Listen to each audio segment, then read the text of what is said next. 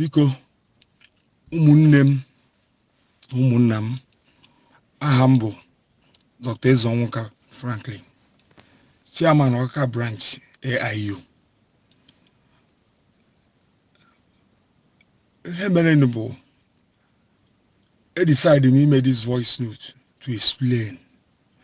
Ndebe ihe odide nwere ike mma nweta ụfọdụ ihe nchọrọ ịkọwa. Ihe dị etu a mee ihe eji akọwa bụ ka mmadụ mụta ihe na ya. Etu ọ bụ ojebe akọla eze anawa akọla eze ihe mere m unu bụ ụmụnne m na ụmụnna m wee gbata ọsọ enyemaka wee nwee ike nyere m aka mgbe nọ na mba. O kwesịkwazị na mma akọwara unu na-ekwe ka mụ na ihe si je. Eziokwu na nnọkịta na-etegori treatment na-enweta onwe m maka ihe mụ na ihe gabiga, mana iwu megide na mma akọdo unu anya. Etu o si mee na ndị Ọka branch members nya bụ ụka ka m na ha nọ nke ọrụ ha. Etu aka nsi chọkwa ka the general messias, mana aga m na-asụ n'Igbo na-asụ n'oyibo ka m wee okwe nghọta. Wednesday last week 15th a hapụrụ Ọka wee jebe Isochi. One of my plans bụ ije na university dị n'Isochi, Spiritual University nke the Holy Ghost.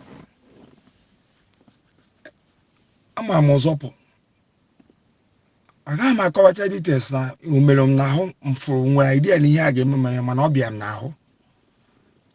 Abanye na university n'ụzọ ụtụtụ ahụ ịbịa ihe m ga-eme ebe 1 to 2 ka m hapụ university pụta n'ihu university mụ na Martin eze ama fọ maka ọ na-alụ ebe ha. M kwere ndị ọzọ m na-afọ mana ndị nke a ga-anaba Enugu ha nya akpa ha. Mụnwa ga-agba akwa ka m chigha wee gawa ụzọ Ụmụnze, maka ụzọ Ụmụnze a ka m ga-esi nata wee connect Ọka.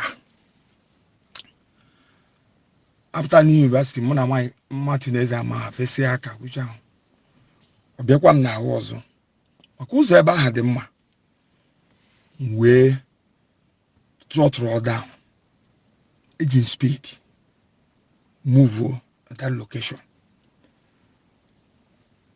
Move otu ahụ aka move. The next time for bụ onye gbapụta n'etiti main road si n'aka ekpe m gbapụta n'etiti main road na-agba egbe direct. N'anya na back view glass for about 5 people they shoot from the back. Kedu ihe m ga-eme? The best thing bụ ka m rush bụ onye nke na-agba egbe n'ihu. Ihe mee bụ nrukpunọta ana. Mgbe a na-erukpunọta ana anụgo sound glasses na awa maybe my back glass due to bullet. Nrukpunọtazi ana ka m gbaghara inweta m. Ọzọzi na-ehunite isi etu a mgbe ha na m enye moto ọkụ ka m hiti onye nke nọ n'ihu. Ọzọ na-ehunite isi nekwa nnukwu mark ndị 16 tires bụ chippings. Moto a ka m na-ehe edizi n'ihu ya for head on collision maka na square gon n'aka ekpe ka m wee jee ama onye nke na-agba m egbe. Nekwazie moto a nsụwa avọ aka nri ka m zere dị moto ozugbo a. The moto kụọ m n'azụ akụkụ azụ ebe moto m with the speed and with whatever ma bullets na-aga. So moto m shiftzie n'aka nri a jeje somewhere atọ ozugbo. They continue shooting. So apụtazie na moto dị eju maka na mgbanwe eke ịba m ahụ there. It came up. Incidentally, one of the staff mbukwa n'ihu ebe ahụ supposed to drop somewhere, a lady, and we were able to capture 2 of us. That's where the ordeal started. We bought by offer, and more than upwards of 16 to 17 kilometers if I got any mafia. Man, no, the Kagani who are Ganazo. When we did about high cross more than 7 times at different locations. Obura afofo. Can they make an akui, can whatever? And we continued. Ndiabo, Fulani, they are not Nigerians. Kasi Kenya, Kasi AK-47 Kano. Kenya Arabs. So we continued. We beru kose, I don't know for about 1 hour. He push us again to continue. Oh, and I could. What's the details? In with other details about the whole thing, man, they didn't know. The location I knew about 10 p.m. to 11 Abani. Makinya maybe 1 to 2. And maybe 10 to 11 p.m. when they buy their nausea. Eba do mayara na akuku eba Okigwe Junction. Makana mano sound moto. Nuku moto. Can Emia can receive call, name a call. Now, some of them are Swibo. I can't put there about. I know this year. I keep as I come now, Banazo. No than an ankit. Across why we see wake do. Kept touch away bido. He started beating. I can't see flogging my face, missing me now. Obuziaru nefe makana mmiri na-ezo na ahụ akona whatever maka mmiri na-ezo ebe a ozo kwụsị obidokwa. This torture at a particular time akama adozi ka akam ogbanwo za anwezi maka etigide mgbo nwe no didn't ka end it all ka the pain. So even when na say na come man ha gbagbu ma you know this torture. Oh, the thing, but I believe that this torture has to come first before you kuboku ransom. From any play. So now bania here can no near till on a be 5. About tosnata here. How much tosnata Jesus can massage you welcome because I couldn't, you know. I don't know if you be begging me or banning me. Why can't you appear? Oh, because how much your umbrella? Hajezemi, and I'm meaning that whatever. So this is the deal. Calls I receive. When you receive channel, that was saying now, yeah, when you born on the channel supply humble. And also here, Bunamadi, Bumanahana, a kidnapper. We a lot of things, mana. Ekugumna, many complete details, not just number one. I beat against Nandekana and whatever. Man, the greatest thing. Ngotani and the cookie and they are going to keep it to be. Now you have the greatest and that threat hammer. So, not any need in Ibolan. No hamwe. They have mapped it out. This group say no how kidnap with the prelate 100 million. Go see some of his properties. Stay with. So, Ube. No matter what, the only actually email was the matter of time. Now how the gun was concluded. Now, of the contact had email was the cause he did teacher Udoanyana information on how they never hamude hammer. Then the parties that participating in this loot or whatever they are getting, Hagama.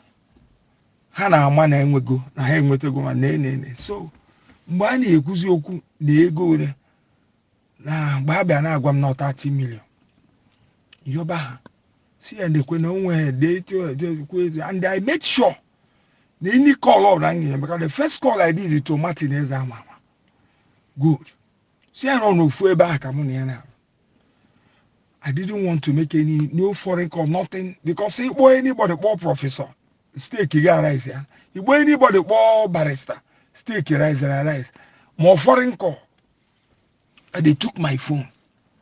Went through it. I received extra beating because of pictures sitting on my phone. Mother send the guy.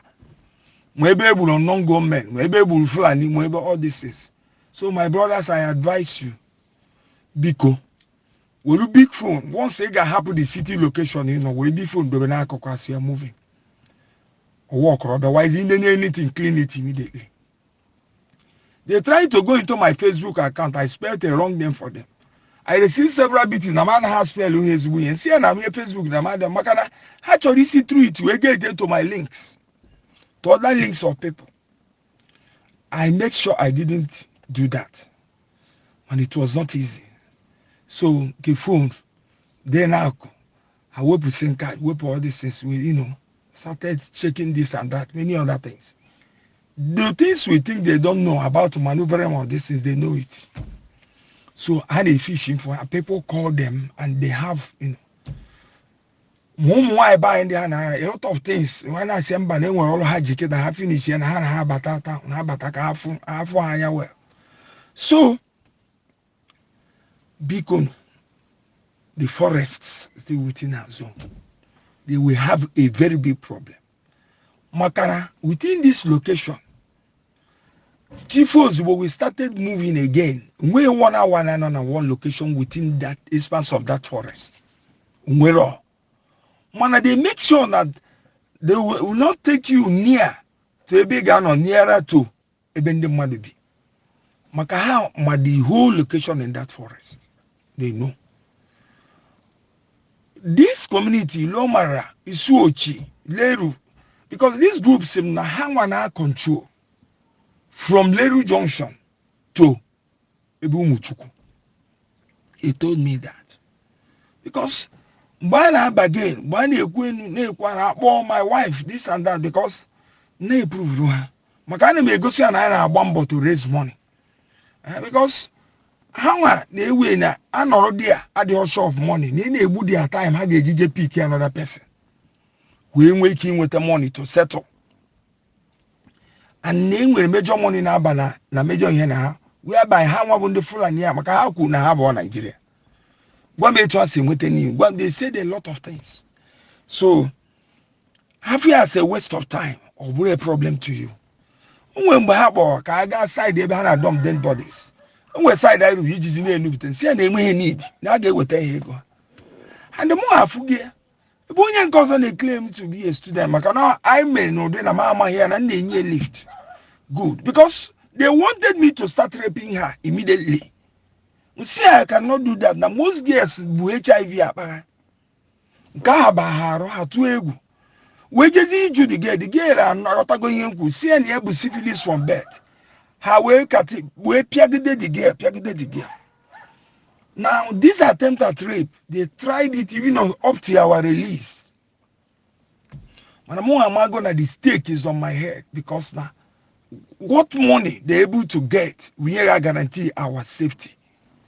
And that's why my own ransom, the unmovable relatively, and they may man, and the more they may fought, can make or some hatch or kaibo, not gonna see any phone, natch or kaibo. Somebody else, not so they raise ego. I think good. Because indeed we would they raise money for the Nahama, they done that. So name that thing we can we reduce so beating. And can go square and they may fought. The issue that the Unisia continue battling with them because Gizi Naba was shooting me from a humoto, wanted to get bomb injury, Namuchori with moto. Yeah, because she's here with them. I say I'm born in a harbor or winning a mogway with mogwa because they believe you throughout I know here. And when you're a Muslim, no way better, or no been down a better. Yeah, and the Muslim now not bodies now, they don't do that. So there were different here, my across media, maybe anyway, cantation honey, maybe all go hanyakos. And that's it. So I just see no. Nambo and with because I'm the lucky. No way yonzo. Enwe chaplet inchi. Nya. How will you? See no way keeping him mem the mbo ababa man mbo glass market bogas. So we're all these people ekugum the things I'm saying I can't be able to finish every no. Nkunenge ku can learn something from this my brothers. Number one. Yena gwa mbona community and we switch Lomara to Leru, all those places they compromised. That mean the police are part of the system. Iye na emeba. Mbawa nukumota awon jam sigo motom. How would they go? The driver rushed out. How would they hear?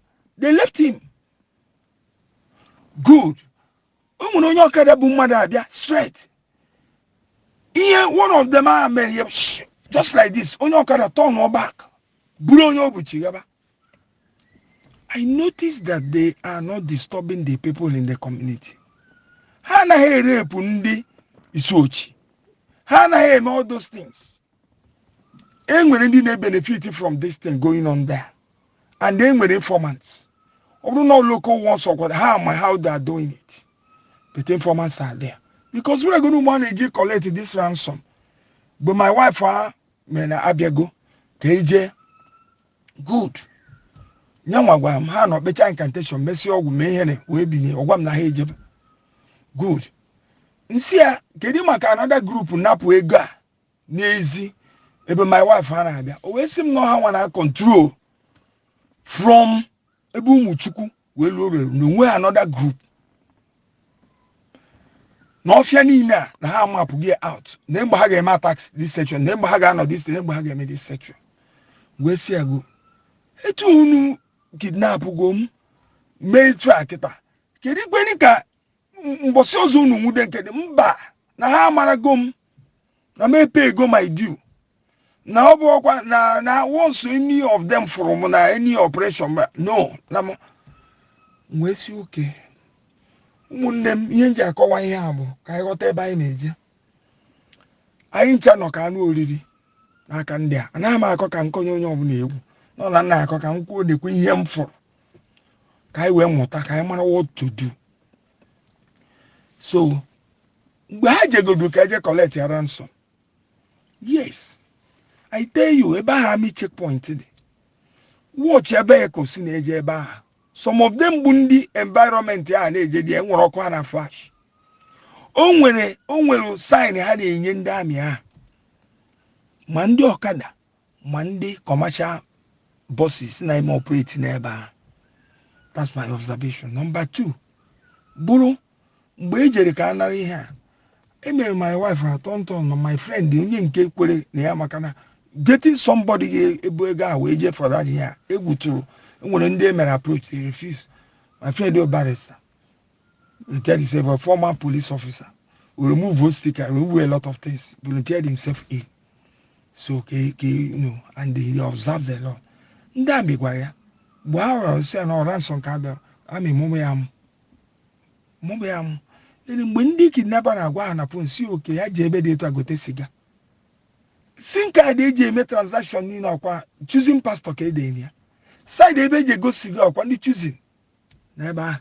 And they put je go te cigar. Those people who need cigar and some people around will be studying you and getting information about. So you see, the local community, many people, even in my Napota, had a good ndinke because I know Zebano, or I received a message. They came to us. Yes, now the money I could go complete. Ngwa, kaije. We started going in with a baby and said, okay, from here, move. You will be to obey the local people. And I put a bob, I join woman, or sign those I guess. Why in a finish, why I'm on cook. Now the whole Bible go on the road, and I meet you. Biko, Kerebanga TT SIM card, Makai or Hanya SIM card. Kaiwe make call. Can you over and they finish? Nobody will say anything. That is what is going on there. So munnem bikon, munnam. Okweyogi, when you wanna get Meggy, they book like that zone, try another place. Have to go to a bar for now. Maka the way how could you na? They must be now and they kidnap IGBOWOOD. They waste you, they pick another fellow. Because now time they short for them. Can't wait a zone. About take it there, yes. But the main resource is going to somewhere. I believe they have a project. So Biko, call them no makana, call them. Iyenji were energy needed na hona kawa here kunyom na gota. Mota something from this. Good. And we this opportunity. We can da mesini on the one number. iye mere mere.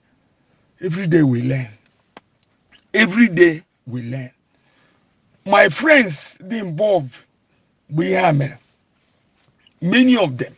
Short, here I go today. Now, if there's a way they can be damaged or karam. Now, half of community where you can see to mobilize a video and they make him near half. I'm telling you this. Itua, onya kukwa, and I'm making it.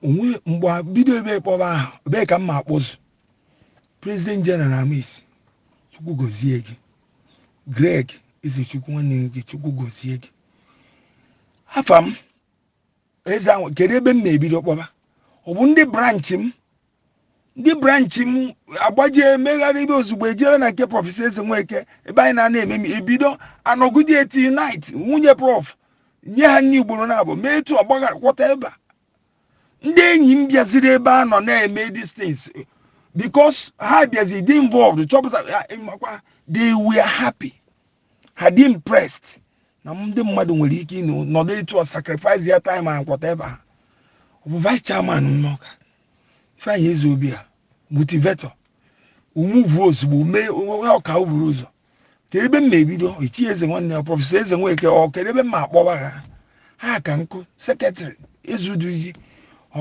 stand almost everybody, yeah, people, sisters, many people, bikono, ihe na-ekpere mbụ ihe emekwana onye iro m ihe dị etu a emekwana onye iro m maka na echiche ime ihe dị agha mgbe ihe a na-emega enwere mgbe na-asị ọwọ ka ha mma mbakwa ofu n'ime ha narị egbe kama ndị ọzọ gbagbuo m because the suffering, the beating, the torture was too much. Mana, I thank God. Emekatakwa, or something else will come. We nullify. Because ana making I got my forward with a picture of that vehicle. Maka do.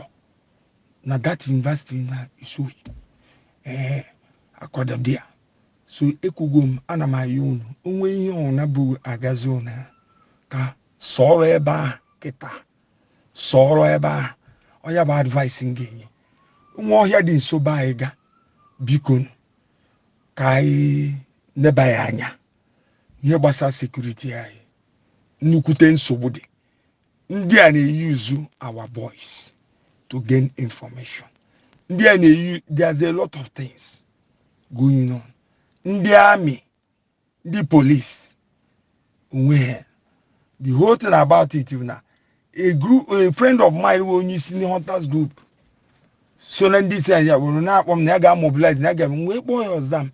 You see, at the moment you go there to attack these people, that make a bound on all day, borrow free here, because these things are not within their hair, and that is the truth.